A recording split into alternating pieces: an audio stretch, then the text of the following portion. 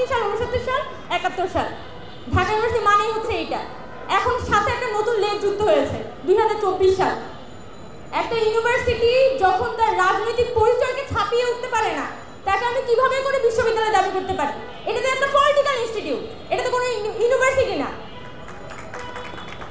এবং আমি এর আগেও আরেকটা এরকম একটা আলোচনায় মঙ্গলবারের গল্পসপ্পেতে আরেকটা আলোচনা আমি গিয়েছিলাম যে বিশ্ববিদ্যালয়ের কাজ কি, ওইখানে টপিকটা ছিল।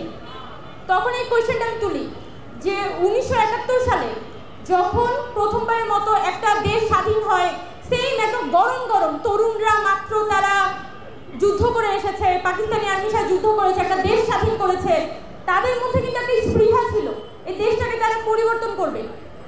তখন কিন্তু তৎকালীন যে প্রধানমন্ত্রী বা তৎকালীন প্রেসিডেন্ট ছিলেন শেখ মুজিবুর রহমান, তার কাছে একটা বড় ধরনের সুবর্ণ সুযোগ ছিল এই যে ঢাকা ইউনিভার্সিটি বা বাংলাদেশের যে ইউনিভার্সিটিগুলোকে, এগুলোকে একটা প্রপার একাডেমিক ইনস্টিটিউশনে রূপান্তরিত করার।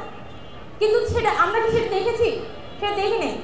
বরং ৭৩ সালে একটা ডাকসু নির্বাচন হয়, সেখানে ভোট মানে ব্যালট বাক্স শুদ্ধ তুলে নিয়ে চলে যায় নিজের প্রার্থীকে নির্বাচন করার জন্য। পরবর্তীতে কোন হয়ে যায় 7 মার্ডারের ঘটনা, 80s এখানে এসব বিরোধী আন্দোলন, ঠিক এই বিশ্ববিদ্যালয়ে আবার নতুন করে একটা পলিটিক্যাল ইনস্টিটিউশনে রূপান্তরিত হয়ে যায়। এবং ১৯৭১ সালের পরে for the very first time এই ২০২৪ সালে ঢাকা বিশ্ববিদ্যালয়ের কাছে একটা সুযোগ আসে যে সে একটা সুরাহা করবে। সে যে একটা রাজনৈতিক বিশ্ববিদ্যালয়ের তকমা পেয়েছে, সেই তকমাটা থেকে সে মুক্তি পাবে। কিন্তু অত্যন্ত দুঃখজনক ব্যাপার, আমাদের সরকার মানে অন্তর্বর্তীকালীন সরকারের কথা কি বা বলবো, আমাদের এই অন্তর্বর্তীকালীন সরকার আমাদের যে ৩৬ পৃষ্ঠার RICL TMX যুগের পর যুগ স্থাপনা থাকে মজবুত। বিসির যে একটা মানে লোগো আমি পেয়েছি যে আমাদের এখানে ৩৬ পৃষ্ঠার বিসি আছে, বা আমাদের অন্যান্য প্রশাসনিক কর্মকর্তা, এমনকি আমাদের ছাত্র রাজনৈতিক সংগঠন, তাদের কারো থেকে আমরা ওই আন্তরিকতাটা দেখি নাই যে তারা এই ঢাকা বিশ্ববিদ্যালয়ের ছাত্র রাজনীতির একটা সুরাহা করতে চায়। বরং যতবার আমি এই দায়টা নিয়ে বলবো, আমি বৈষম্যবিরোধী মুখপাত্র হওয়ার আগেও এবং মুখপাত্র হওয়ার পরেও প্রচুর জায়গায় প্রচুর দফতরে দৌড়েছি, অনেক জায়গায় কথা বলেছি, ছাত্র রাজনীতিক সংগঠনগুলোর সাথে কথা হয়েছে। এবং আমার খুব স্পেসিফিক একটা কথা ছিল যে আচ্ছা এখানে ছাত্র রাজনীতি বন্ধ না হোক, কিন্তু এটা কিন্তু একটা প্রপার দরকার, এটা তো একটা ঠিক করা দরকার। যেভাবে করে ইউনিভার্সিটিগুলো চলছে এভাবে তো চলতে পারে না। আপনারা অ্যাটলিস্ট একটা সেটেলমেন্টে আসেন।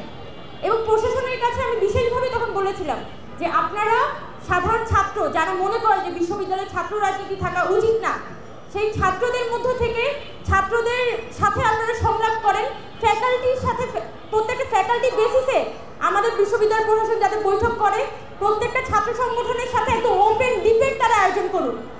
আজকে যেমন আমরা ওপেন কথা বলছি না, ঠিক তেমনি ঢাকা বিশ্ববিদ্যালয়ের বটতলায় বা ঢাকা ইউনিভার্সিটির জিমনেশিয়ামের যে মাঠ, সেখানে একটা ওপেন ডিবেট আয়োজন করা হোক, যেখানে জেনারেল স্টুডেন্টরা থাকবে, যেখানে ছাত্র রাজনৈতিক সংগঠনগুলো থাকবে এবং সকলে মিলে একটা ওপেন ডিবেট হবে। এবং এই ধরনের ডিবেটের মধ্য দিয়ে ঢাকা বিশ্ববিদ্যালয়ের ছাত্র রাজনীতি একটা সুরাহা হবে।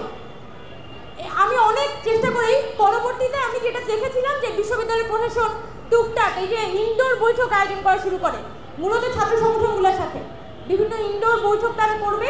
সেই ইনডোর বৈঠকের ফলাফল আজ পর্যন্ত পাওয়া যায় না।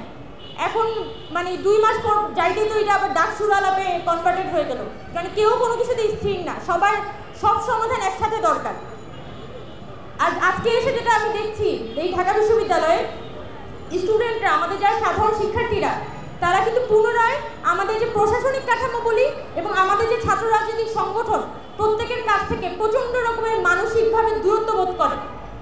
এবং তারা সাধারণ ছাত্ররা মনে করে যে এই ছাত্র সংগঠনগুলা এবং এই প্রশাসন তাদেরকে তাদের অধিকার থেকে বঞ্চিত করেছে এবং জুলাই অভ্যুত্থানকে তারা ব্যর্থ করেছে। এবং এই দায় এটা আমার, এই প্রশাসনের এবং এই ছাত্র সংগঠনগুলার সবারই। এবং এই দায় মাথা পেতে নিয়ে আমাদের আজীবন এই জিনিসটার খেসারত দিতে হবে।